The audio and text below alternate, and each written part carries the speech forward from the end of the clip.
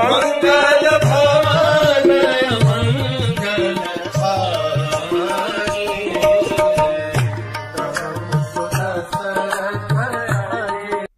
हरे।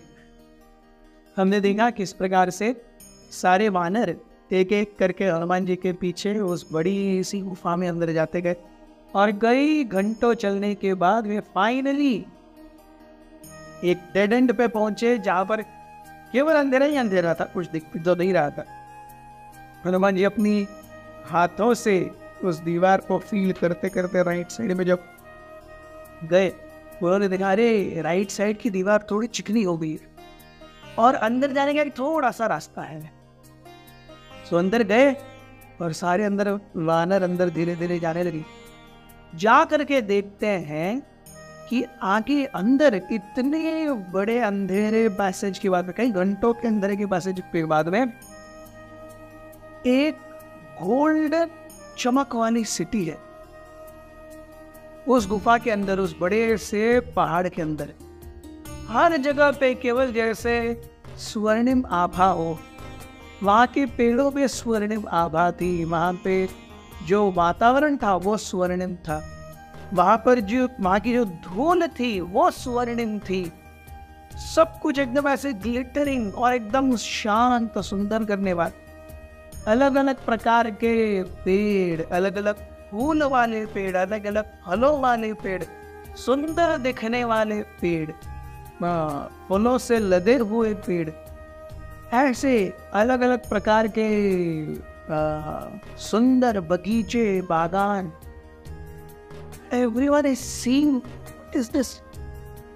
उन्होंने किसी ने सोचा भी नहीं होगा कि ऊपर जो पृथ्वी है उसके इतने अंदर आकर के ऐसा कुछ दिखेगा। हर जगह केवल शीतल जल है और जल में से भी एकदम सुगंध आ रही है और हर कोई आकर के देख रहा है। एंड एवरीवन वाज अमेज्ड, ये क्या चल रहा था। सब वानर अंदर जब आए, अंदर आने के बाद में उन्होंने देखा ये तो मतलब this is much beyond the best thing they have ever seen in the entire southern direction. उनकी जो सर्च पार्टी शुरू हुई, उन्हें किष्किंधा से कई ज्यादा सुंदर और कई ज्यादा वैभवशाली राज्य देखे, लेकिन यहां पर कुछ बातें अलग थी। और वो देख रहे थे कि हर जगह पर एकदम सुंदरता है, बट दे नोटिस्ड कि इस पूरी जगह में एक भी सजीव कुछ नहीं दिख रहा है, हिलता डुलता। पेड़ थे बस, पौधे थे, घास थी, लेकिन हिलता डुलता कुछ नहीं दिख रहा था। तो वो सोचने लगे ये क्या हो रहा है। तो देखने लगे तो सर ह्यूज सिटी। आप सोचिए ना, कितने सारे वानर अंदर आए हैं। आपको पता है कितने सारे वानर?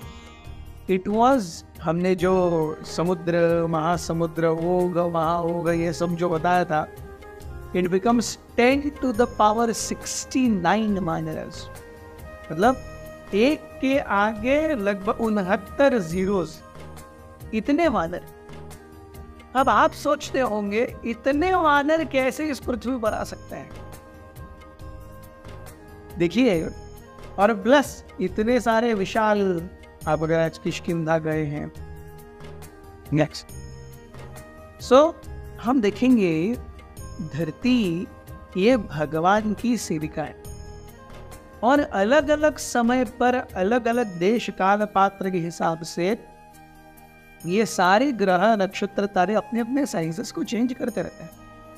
इट इज एग्जैक्टली लाइक हम घर के अंदर रहते हैं तो स्त्रियां कई गाउन में रहती हैं, सिंपल सा चूड़ीदार डाल करके रहती हैं, लेकिन हम घर से बाहर जाते हैं तो अच्छे से बन ठन करके, अच्छे से जेवर या अलंकार डाल करके जाते हैं, मेकअप करके जाते हैं। प्रभु जी इस घर के अंदर रहते हैं शायद बनियान और लुंगी में या पैजामे में, हाफ चड्डी में रहते होंगे। बाहर जाएंगे किसी पार्टी में तो 3-piece सूट में जाएंगे। हम जैसे अपने आप को वस्तु स्थिति के हिसाब से ढालते हैं, वैसे ये भूमि भी, ये माँ है, सबकी माँ है। 7 माँओं में भूमि देवी भी माँ बताई गई है। सो माँ अपने बच्चों के लिए अपने आप को जैसे चाहिए वैसे ढालती है। तो उस समय जो मनुष्य भी थे वो बहुत बड़े थे। It is explained that Pandavas were 8 foot tall. So Pandav 8-9 foot ऊंचे थे। सो ऐसे कितने सारे लोग होंगे उस समय, सभी उतने ही ऊंचे होंगे। आज हम 5-5.5 फुट के होते हैं। सो काल देश पात्र के हिसाब से सब कुछ चेंज होता है। भूमि देवी भी अपने आप को बड़ा करती रहती है, सिकुड़ती रहती है। ये सब भगवान के आदेश, भगवान के दिए गए नियम और देवताओं को दिए हुए यज्ञ फल इत्यादि के अनुसार चलता रहता है। हम देखते हैं आज से रामायण कितनी पुरानी है। रामायण लगभग 10 से 12 लाख वर्ष पुरानी है। यस। सो अभी कलयुग की जो टोटल अवधि है वो है 4,32,000 साल। इसके डबल है द्वापर 8,64,000। कली के ट्रिपल है त्रेता, इसलिए त्रेता 12,96,000 साल। और कली के क्वाड्रपल है सत्य या कृत मीन्स इनटू 4, सो 17,28,000 साल। सो आज हमने कलियुग के लगभग 5,500 साल निकाल लिए हैं। इसके पहले पूरा द्वापर निकाल लीजिए। द्वापर पूरा गया 8,64,000 का, उसमें ये 5.5 जोड़ दीजिए, लगभग 8,70,000। और रावण जो हुई वो लगभग जो त्रेता युग था उसके मिडल से अंत के बीच में हुई है। क्योंकि हम देखते हैं जैसे जैसे समय आगे जाता है वैसे वैसे व्यक्तियों की आयु कम होती जाती है। प्रभु राम का जो शासन था वो 11,000 वर्ष चला है। 11,000 वर्ष is like not a very big life. So somewhere around Treta युग के लगभग काफी आगे ये पूरी रामायण हुई है। सो से सपोज अगर त्रेता युग 12,96,000 का है तो हाफ से लगभग 3/4 इंटू द त्रेता युग। सो अराउंड वहां पर भी एक 4 लाख साल जोड़ दीजिए। सो 8,70,000 प्लस लगभग 4 लाख, लगभग 12 लाख वर्ष पुराना रामायण है। 12 लाख वर्षों से रामायण चलता आ रहा है। सो उस समय भूमि की जो घड़ंत थी, या अभी जो हम जैसे north America, south America, Africa, Asia, वैसे ये भूखंड नहीं रहे होंगे। सब कुछ चेंज होता रहता है। ये तो जियोलॉजी भी बता दिया, टेक्टोनिक प्लेट्स हमेशा चेंज होते रहते हैं। Yes, so this is how things change. और ऐसा ही चेंज वानरों को उस गुफा के अंदर दिखाई दिया। एक क्षण के लिए वानरों को लगा वी आर ट्रैप्ड समवेयर, शायद हम स्वर्ग में तो नहीं आ गए। उन्होंने देखा कि हर कोई जमीन पर ही है, मतलब स्वर्ग पे नहीं है, क्योंकि स्वर्ग में कोई भी जमीन पर नहीं रहता। वो 6 इंच ऊपर उड़ते हैं हवा में। देवतागण जमीन से 6 इंच ऊपर उड़ते हैं हवा में। सो हर कोई जमीन पे था, मतलब हम अभी भी स्वर्ग नहीं पहुंचे। प्लस उन्होंने देखा हर किसी की आंखें झपक रही है। देवतागण आंखें नहीं झपकते। सो आंखें झपक रही है मतलब फिर भी ये है। और वो अपने इसी जीवन के पिछले, वो मेरी पत्नी, मेरे बच्चे, कितना सब याद है, मतलब अब तक हम मरे भी नहीं है। सो वही जीवन चल रहा है डेफिनेटली, लेकिन ये कुछ अलग ही है।